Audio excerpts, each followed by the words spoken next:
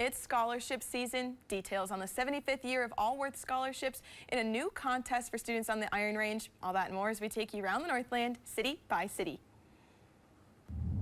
We start in Northome, where volunteers recently came together to build a new playground. Installed in late October, 55 community members put in over 500 man-hours to install the equipment.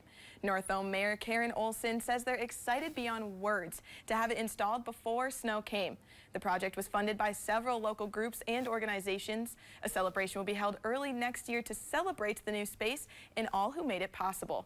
Next, we head to northeastern Minnesota, where the annual application period is open for the Marshall H. and Nellie Allworth Memorial Scholarship. To celebrate their 75th year, they are raising the scholarship awards total to $24,000.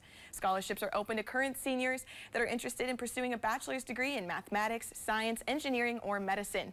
Applications are due on January 15th, with the winners announced in April. We'll have eligibility criteria on our website. And we wrap up on the Iron Range with another scholarship opportunity. The United Way of Northeastern Minnesota is launching the Youth United Contest. $10,000 in scholarship money will be awarded to high school seniors who answered this question. What do you see as the biggest need or challenge in your community? And what are your thoughts on how the United Way or similar groups can meet that need or address that challenge? Responses can be written or submitted as a video. This is not an English assignment, with the United Way just wanting to hear from as many students as possible. We'll have more application details at northernnewsnow.com. And as always, if there's something going on in your neighborhood that you think we should know about, send us an email and it might be featured as we take you around the Northland, city by city.